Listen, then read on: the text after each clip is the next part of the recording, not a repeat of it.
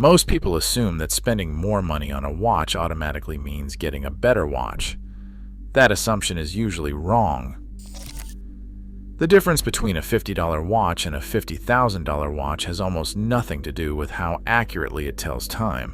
In fact, in many cases, the cheaper watch will actually keep better time. What changes as you move up in price is not precision. What changes is craftsmanship, engineering, finishing, heritage, and sometimes simply the story attached to the name on the dial. Understanding what you are paying for at each level is what separates someone who casually buys watches from someone who truly understands them. There are 7 distinct levels in the watch world, and each level represents a completely different philosophy of what a watch is supposed to be.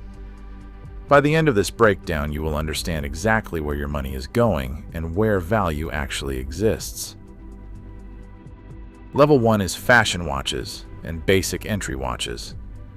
This is where most people unknowingly begin their watch journey. Maybe it was a fossil someone gave you for your birthday. Maybe it was a Daniel Wellington that looked good on Instagram. Maybe it was a simple Casio you grabbed at an airport store because you needed something inexpensive. At this level, watches function primarily as fashion accessories that happen to display the time. There is absolutely nothing wrong with that. Watches have always been part jewelry and part utility. But it is important to understand what you are actually holding. Inside most watches at this level is a quartz movement that costs the manufacturer only a few dollars to produce, often between $2 and $5. The rest of the watch price is not about mechanics. It is about the strap, the case, the dial design, the packaging, the advertising, and the brand itself. Brands commonly found at this level include Fossil, Daniel Wellington, MVMT, basic Timex models, and the more affordable offerings from Swatch. Most watches here sell between $15 and $100. But there is something people often misunderstand about this level. Cheap does not mean technologically primitive. Quartz technology is incredibly accurate. A simple quartz movement can remain accurate within roughly 15 seconds per month. Many mechanical watches costing thousands of dollars cannot match that level of precision. The real limitation at this level is not accuracy. The limitation is longevity. Most watches here are designed to be worn for a few years and then replaced. There is one exception that deserves attention: Casio. The famous Casio F91W and many G-Shock models are not trying to pretend they are luxury watches. They are designed with durability and practicality in mind. They are inexpensive, reliable, lightweight, and extremely tough. There are stories of military personnel wearing them in the field because they are dependable and easy to replace. Some G-Shock watches produced in the 1980s are still functioning perfectly today. At level 1, the best value is often not the minimalist fashion watch. It is the humble Casio that quietly survives everything. Level 2 is what collectors often call the gateway level. This is where watches begin to transition from disposable accessories into objects that people genuinely care about. At this level, watches start using mechanical movements rather than relying entirely on electronics. Brands like Seiko, Orient, and Citizen dominate this category. Examples include the Seiko 5 series, the legendary Seiko SKX dive watches, and the Orient Bambino. Prices typically range from about $70 to $500. The biggest change at this level is the movement inside the watch. Mechanical watches run on springs and gears rather than batteries. A mainspring, tightly wound, slowly releases energy through a series of gears regulated by a balance wheel. This tiny mechanical system beats thousands of times per hour, creating the familiar sweeping motion of a mechanical second hand. Seiko plays an important role here because the company manufactures many of its components in-house. Movements like the NH35 and NH36 are widely respected as reliable workhorse movements. They are not decorated like luxury movements. They are not especially rare. But they are durable, easy to repair, and capable of running for decades with basic maintenance. Citizen also occupies this level with its eco-drive technology. Eco-drive watches use light as their energy source. Light passing through the dial charges a capacitor that powers the watch, eliminating the need for battery replacements. Interestingly, this level is where the true watch enthusiast community often lives. Despite the attention given to luxury brands, many collectors repeatedly return to watches like the Seiko Turtle, the Seiko Presage Cocktail Time, or the Orient Star. These watches deliver remarkable value relative to their price. For many people, Level 2 is where the fascination with watches truly begins. Level 3 introduces entry-level Swiss watches. This is where the phrase Swiss-made begins to carry real meaning. Not because Swiss automatically means superior, but because the designation is protected by regulation.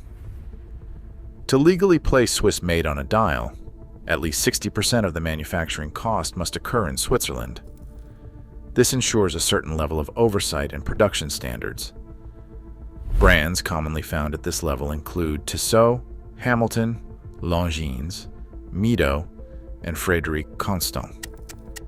Prices usually range from $300 to roughly $2,000. Many beginners assume entry Swiss watches are mostly about prestige. There is some branding involved, but there are also real improvements in finishing and mechanical refinement. For example, the Hamilton Khaki Field Mechanical uses the ETA 2801 movement. ETA is one of the most respected movement manufacturers in the watch industry.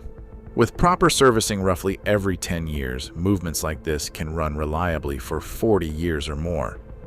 The Tissot PRX is another example that has become extremely popular because it offers excellent design and finishing at a relatively accessible price. Entry-level Swiss watches combine recognizable heritage with respectable mechanical quality. Level 4 is enthusiast territory. At this stage, watches become much more about taste and personality. Prices typically range from around $2,000 to $8,000. Brands like Tag Heuer Breitling, entry-level Omega models, and Grand Seiko exist in this category. The conversation changes here. Instead of asking whether a watch works well, collectors start asking what the watch represents, what design philosophy it reflects, what heritage it carries. Grand Seiko deserves special attention. Outside the watch community, many people are unfamiliar with the brand. Inside the enthusiast world, it is highly respected. Grand Seiko is known for exceptional finishing. Their Zaratsu polishing technique creates perfectly flat surfaces that reflect light like mirrors. This process cannot be done by machines alone. Skilled craftsmen perform it by hand. The dials often feature textures inspired by nature, such as snowfall patterns or forest landscapes. The movements are also finished to standards that rival many Swiss watches, costing far more. However, there is an important truth about this level. A portion of the price often reflects brand history and marketing. Two watches may contain similar movements and materials, yet one costs significantly more because the brand name carries more prestige. Understanding that difference is part of becoming an informed collector. Level 5 is where we reach the icons. This is Rolex territory. It is also where Omega's most famous models, IWC, Panerai, and flagship Breitling watches exist. Prices typically range from $8,000 to around $30,000. Presence. These watches carry cultural weight. The Rolex Submariner is a perfect example. It is not the most technically complicated watch available for its price. There are watches with more complex movements and more elaborate finishing, but the Submariner carries decades of history. Divers use them professionally. Explorers wore them. The design has remained recognizable since the 1950s. Because of that history, the watch has become one of the most iconic timepieces ever created. There is also a practical reason these watches are so popular. They hold their value extremely well. Certain models even appreciate in value. However, there is an important truth here. You do not need to spend this much money to enjoy a great watch. Many watches from level 4 provide just as much daily satisfaction. But if someone wants one watch that will remain relevant for decades, pieces like the Rolex Submariner or the Omega Seamaster Diver 300 meters are extremely safe choices. Level 6 enters the world of high horology. Now watchmaking becomes art. Brands like Patek Philippe, Audemars Piguet, Vacheron Constantin, and Lange and Son dominate this category. Prices typically range from $30,000 to well over $100,000. At this level, you are no longer paying for better timekeeping. You are paying for craftsmanship and human skill. Watchmakers spend weeks or even months assembling and decorating a single movement. Bridges are hand-beveled. Components are polished individually. Jewels are set by hand. Much of this work exists in areas of the movement that the owner may rarely see. Yet this dedication to perfection is exactly what defines high horology.